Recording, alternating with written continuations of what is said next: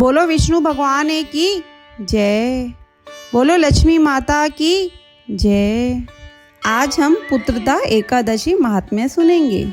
सनातन धर्म में एकादशी व्रत को बेहद फलदायी माना जाता है। सभी एकादशी का अपना एक खास महत्व है।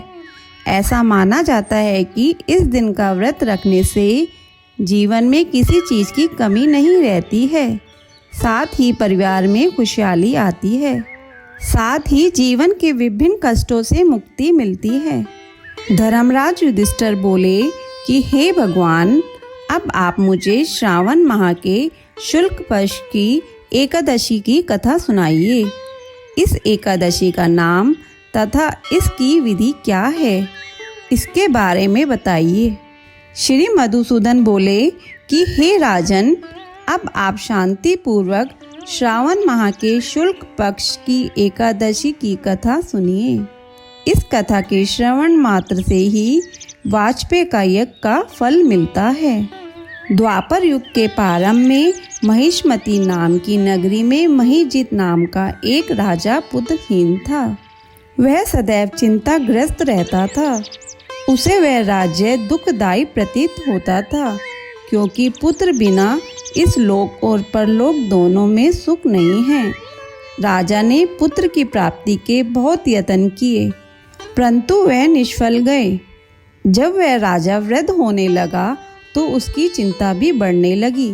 एक दिन उस राजा ने प्रजा को संबोधन करके कहा कि न तो मैंने अपने जीवन में पाप किया और न अन्यायपूर्वक प्रजा से धन एकत्र किया है, न मैंने कभी देवता और ब्राह्मणों का धन छीना है और न किसी की धरोहर ली है।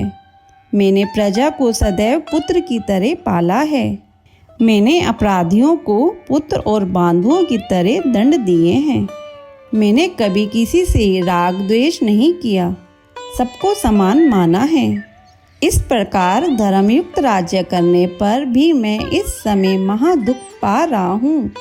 सो क्या कारण है, मेरी कुछ भी समझ में नहीं आ रहा है। राजा महिजित की इस बात को विचारने के लिए मंत्रीगण आदि वन को गए। वहाँ वन में जाकर उन्होंने बड़े बड़े मुनियों के दर्शन किए। उस स्थान पर वयोवृद्ध और धर्म के ज्ञाता महिष लोमश के पास गए। उन सब ने जाकर महिष को यथा योग्य प्रणाम किया और उनके सम्मुख बैठ गए। उनसे विनय करने लगे कि हे देव, हमारे अहोभाग्य हैं कि हमें आपके दर्शन हुए। इस पर लोमश ऋषि बोले कि ब्राह्मणों, आप लोगों की विनय तथा आपके सद्व्यवहार से मैं अत्यंत प्रसन्न हूँ। अब आप मुझे अपने आने का कारण बताइए। मैं आपके कार्य को अपनी शक्ति के अनुसार अवश्य ही पूरा करूँगा, क्योंकि हमारा शरीर ही परोपकार के लिए बना है, इसमें किंचित मात्र भी संदेह नहीं है। लोमश ऋषि के ऐसे वचन सुनकर सब बोले कि हे महिष, आप हमारी समस्त बातों को जानने को ब्रह्मा से भी अधिक हैं। महिष्मती नाम की पुरी में एक महाजित नाम का एक धर्मात्मा राजा है। वह प्रजा का पुत्र की तरह धर्मानुसार पालन करता है, परंतु फिर भी पुत्रहीन है। इससे वह अत्यंत दुखी रहता है। हम लोग उस राजा की प्रजा हैं, क्योंकि प्रजा का यह कर्तव्य है कि राजा के सुख में सुख माने और दुख में दुख माने। हमको उसके पुत्रहीन होने का अभी तक कारण प्रतीत नहीं हुआ। अब जब से आपके दर्शन करे हैं, हमको पूर्ण रूप से विश्वास है कि हमारा कष्ट अब अवश्य ही दूर हो जाएगा। अतः अब आप हमको राजा के पुत्र होने का उपाय बताइए। इस पर लोमश ऋषि ने एक क्षण के लिए नेत्र बंद किए और राजा के पूर्व जन्मों का विचार करने लगे। विचार करके बोले कि हे ब्राह्मणों, यही राजा पिछले जन्म में अत्यंत निर्धन था तथा बुरे कर्म किया करता था। एक गांव से दूसरे गांव को घूमा करता था। एक दिन ज्येष्ठ मास के शुक्ल पक्ष की द्वादशी के दिन, जो कि 2 दिन से भूखा था, दोपहर के समय एक जलाशय पर पानी पीने गया। उसी समय की ब्याही हुई प्यासी गौ जल पी रही थी।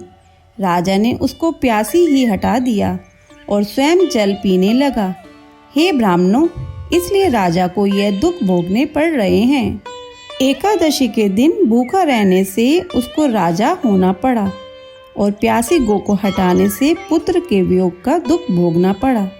इस पर सब लोग बोले कि हे महिष, शास्त्र में ऐसा लिखा है कि पुण्य से पाप नष्ट हो जाते हैं, इसलिए कृपया करके आप राजा के पूर्व जन्म के पाप नष्ट होने का उपाय बतलाइए, क्योंकि इस पाप के क्षय होने से पुत्र रत्न की उत्पत्ति होगी।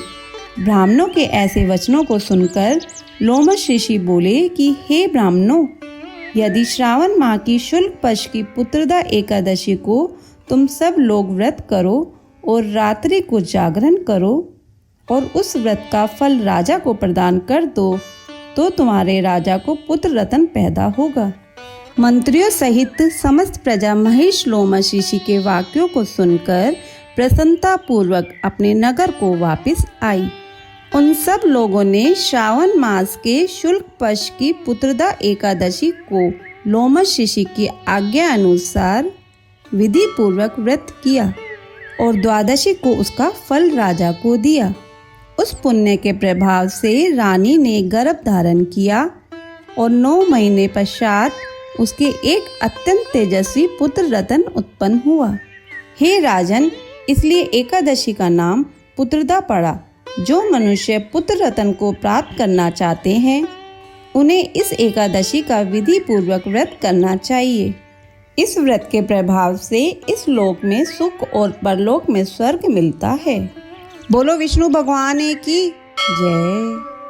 ऐसी कथा और कहानियों के लिए हमारे चैनल को सब्सक्राइब करें। धन्यवाद।